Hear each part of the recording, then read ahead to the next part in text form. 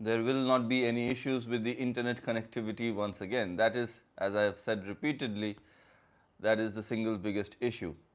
So, I try my best, but sometimes things are outside uh, stuff that I can control, and I don't really think about things that I cannot control, which is probably the guiding philosophy of my life. I don't think about things that I can't control. In this case, I cannot control the internet connectivity or the reliability of the internet connection. So, if you encounter any issues in trying to watch this live, then it all boils down to my inability to improve my own internet connectivity.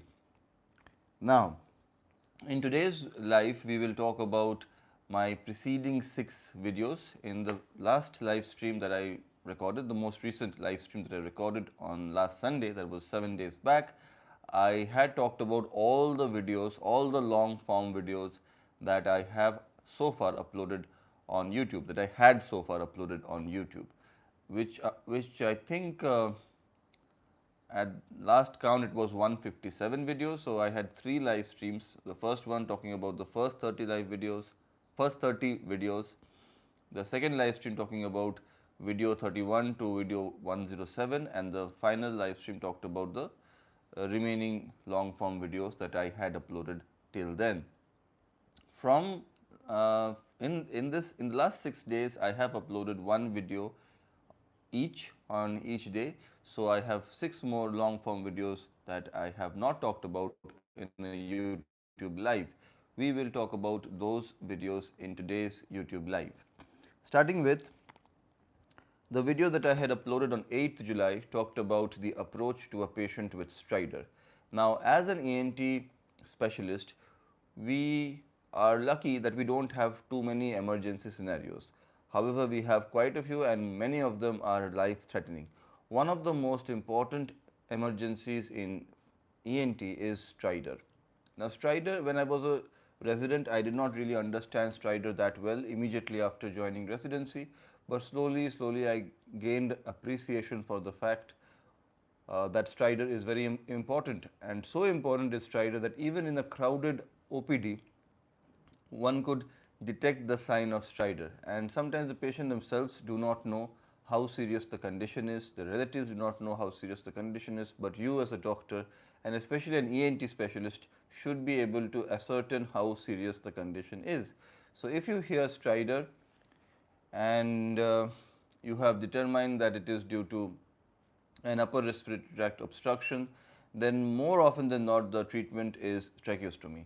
And as the dictum says, the ideal time to perform tracheostomy is when you first think of it, because in many situations you do not get the time to perform tracheostomy to save the life of a patient, because in a situation like this, in a situation where a patient has stridor, as I said in the video, it is often a race against time. Having said that, you also have to understand clearly what is the cause of the stridor and if there is an indication of tracheostomy or not, because there is no utility of performing tracheostomy and then not being able to save the life of a patient. You should not ever perform a surgery that is unnecessary. So, while stridor remains a very important emergency for ENT specialists, it is of paramount importance that you understand whether tracheostomy will help this particular patient or not, and if it does, then you have to perform it really quickly with utmost promptness. So, I discussed the various causes of stridor, the various associated sounds that one can hear, and the overall approach to a patient with stridor to understand why stridor is happening, why stridor should be taken seriously, what stridor is, the different types of stridor, and the management protocol in a patient with stridor. The next video that I uploaded talked about Fyodor Dostoevsky's Crime and Punishment. Now, Crime and Punishment, to be really honest, is one of those books that I wish never ended. It's a book, when it ends, you feel that I wish there were 500 more pages, because it's that good. There are some books where you want to understand how the plot is moving forward, you want to understand what happens next, but Crime and Punishment is a book where whatever is happening in the moment, you want it to be described in even more detail. It is already described in utmost detail, with so much artistic skills that you feel transported into not just that country but inside that room with full appreciation of the surroundings, but you want more descriptions. You just don't want that conversation to end. I would like to point out one character from Crime and Punishment, which if I reveal that the character is one of my favorites, then it probably reveals a lot about my own psychology. One of my favorite characters from Crime and Punishment is the character Porphyry. Okay, and Porphyry is not one of those people, the typical, in any book, in any story about crime and punishment, common noun, not the proper noun, you have a person who has committed the crime and there is a person who is trying to find out who the criminal is. And often what happens is it becomes like a whodunit, where the investigator is trying to understand along with the reader who has committed the crime. But in Dostoevsky's book, you know from the very beginning who has committed the crime. You also know from the very beginning that the investigator knows who has committed the crime. And still there is so much intrigue. That is the quality of a great author. And at the climax, where the investigator confronts the criminal, it does not have any malice. The discussion between the investigator and the criminal is has to be read to be believed. It is that good. And Porphyry for me is one of the favorite characters I have come across in any book by any author. So Crime and Punishment, highly recommended. And I have seen videos on YouTube talking about Crime and Punishment in terms of religiosity. Like, if you believe in religion, if you believe in the inherent divinity of each individual, then you would never be able to commit a crime. And because perhaps the character in Crime and Punishment who commits the crime is not so religious, he was able to commit the crime, he was able to justify it, coming up with logically sound reasons that maybe he is a Napoleon figure, maybe great people can commit crimes, don't need to be constrained by the laws of the land. They need to move ahead, and in order to move ahead, they may be well justified in committing a crime. So all these rationale has been debated extensively on YouTube. Crime and Punishment is a very popular book when it comes to discussions on YouTube, because of course it is an amazing book and it was released in published in 1866 in Russia. The one thing I really find interesting about Dostoevsky's works is the use of French. And I think I have to learn French if I have to read Dostoevsky's works, because although Russian has been translated to English, his French remains untranslated, and sometimes I feel I lose the flavor of what is trying to be described in some of his conversations. Because elites in Russia, I believe at that time, in 19th century Russia, knew French, and it was a sign that they had a good education, the fact that they could speak French. So very interesting that the use of French and the use of German characters in Dostoevsky's description of Russia, very, very interesting. So the third video that I uploaded was this was uploaded on 10th July, and this talked about history questions that you should ask in a dizzy patient. Now, a dizzy patient is a very commonly encountered complaint in ENT emergencies. Often many consultations from other departments are to evaluate a dizzy patient, because of course one of the functions of the inner ear is maintaining equilibrium, that is maintaining balance. And often if you can't maintain balance, if someone can't maintain balance, if someone is feeling dizzy, it is logically suspected that may be due to an inner ear problem. So in this particular video, I had talked about what question you should ask if a patient is feeling dizzy. And in my opinion, most of the clues regarding what is the potential cause of dizziness can be obtained just from history. I believe only about 80% of the diagnosis can be made just by asking the right questions. So I have described the questions that you should be asking a dizzy patient, such as asking the patient to describe an episode, describe what they feel when they are feeling dizzy, whether it is an episode or whether it is a continuous experience, and let them speak, let them describe their experience of feeling dizzy without interrupting them. Often you understand many things just by letting the patient speak without interruption. regarding what they are experiencing when they are dizzy. Then you can ask other questions like, is it episodic? How long does each episode last?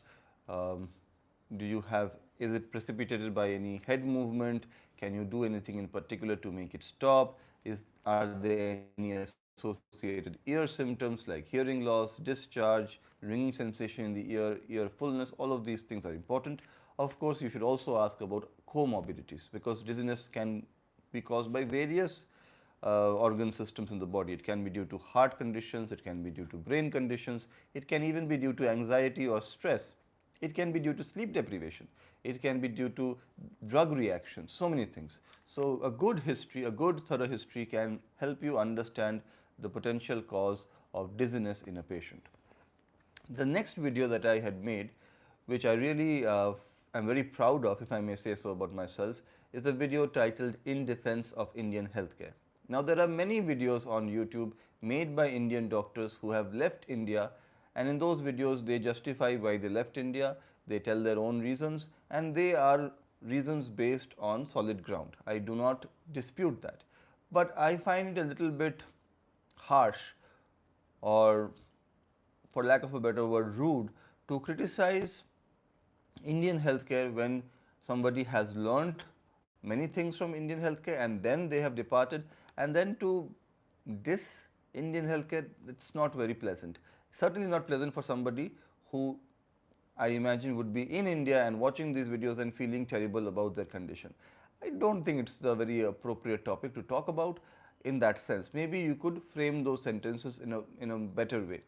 Nobody is disputing that there are issues pertaining to Indian healthcare, and there are so many of them. Lack of infrastructure comes to mind. In India, we do not have universally accessible healthcare.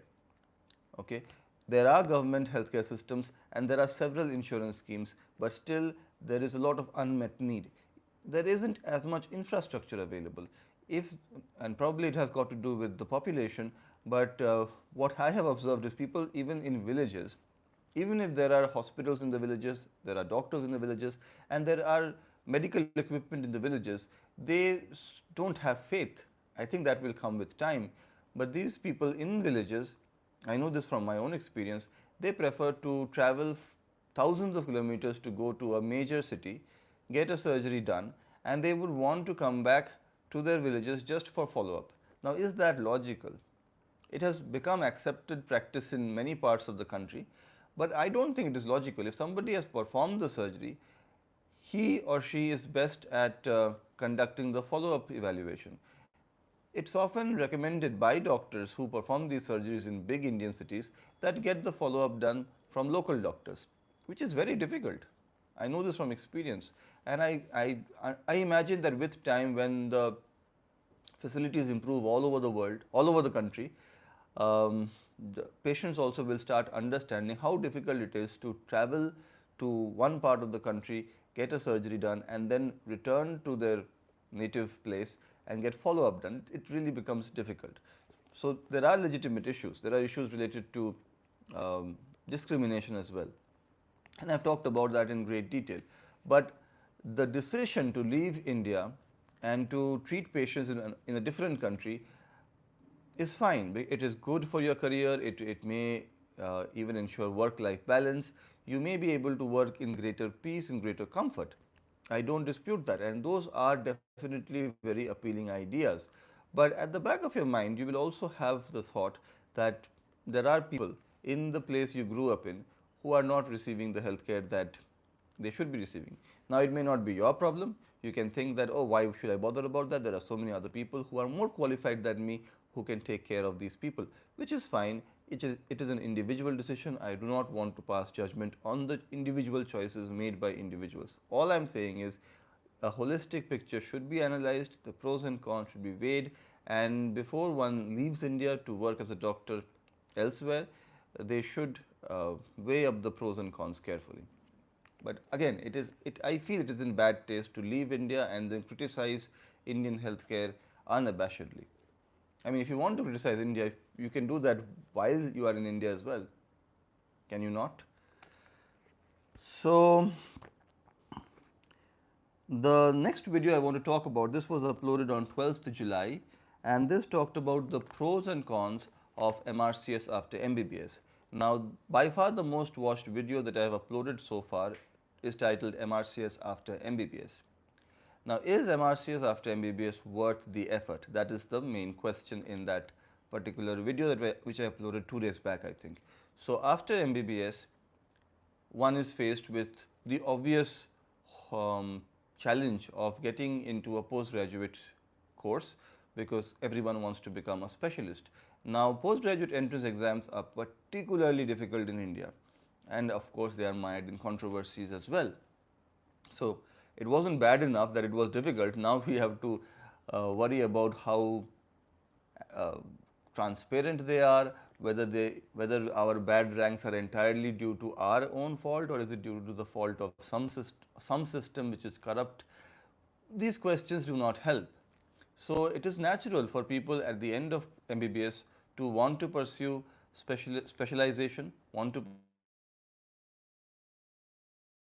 disillusioned with the Indian system, and they might start contemplating leaving for greener pastures, such as USMLE to move to the US, or Australian Medical Council exams for Australia, or MRCS for the UK. Now, I have described how to pass MRCS in a previous video, which is, as I said, one of the most watched videos, if not the most watched video on my channel, titled MRCS after MBBS. In this video, MRCS after MBBS, is it worth the effort? I don't talk about how to pass the exam, I talk about whether it is worth passing the exam. So, I have talked about the various advantages and disadvantages. The biggest advantage I feel to passing MRCS is that you are you are taking an exam, you are participating in an exam which is transparent, which is held multiple times in a year, and which is held in multiple centers all over the world. So, if you pass this exam and you participate in further training from the UK, you learn a lot of things which are of internationally accepted standards. The disadvantage is, in India, if your hopes and dreams are to work as a surgeon in India, then maybe just having MRCS is not enough, because if you want to work as a doctor in India, then and you only have MRCS, then and you don't want to do post graduation in India, then maybe the choice that is available to you is completing specialist training in the UK, getting FRCS, and then coming back and working in the private sector. However, how acceptable FRCS is in India is not completely clear, and this is just my personal opinion. I always want to avoid situations which can be described as ambiguous. So, if your long-term plan is to work as a surgeon in India, then it is always advisable to have a postgraduate degree in a surgical course in India. And along with that, if you also MRCS, then that is fine. Then you have both doors open to you, working as a surgeon in India as well as working as a surgeon in the UK. So I described that in the video titled MRCS after MBBS, is it worth the effort? The final video that I would like to talk about in this live is the popularity of doctors on YouTube as content creators. So there are so many doctors who are YouTube content creators, and when I say YouTube content creators, I am also talking about content creation across various video apps. There are people who are so popular on Instagram, doctors who are so popular on Instagram because of their content, and also I believe other apps like TikTok, although TikTok is banned in India.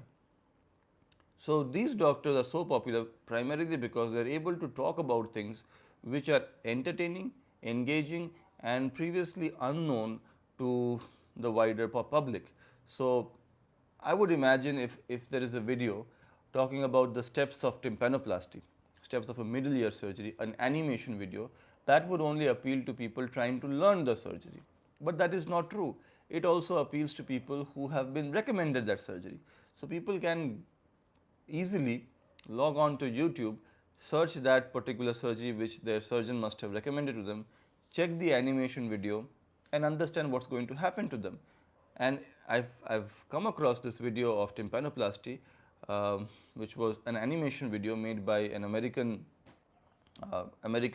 clinic, and there were comments in the comment section of this video where somebody who claims to be from India talks about how much surgical cost will it have, what would be the cost of the procedure. Please tell me the fees as well.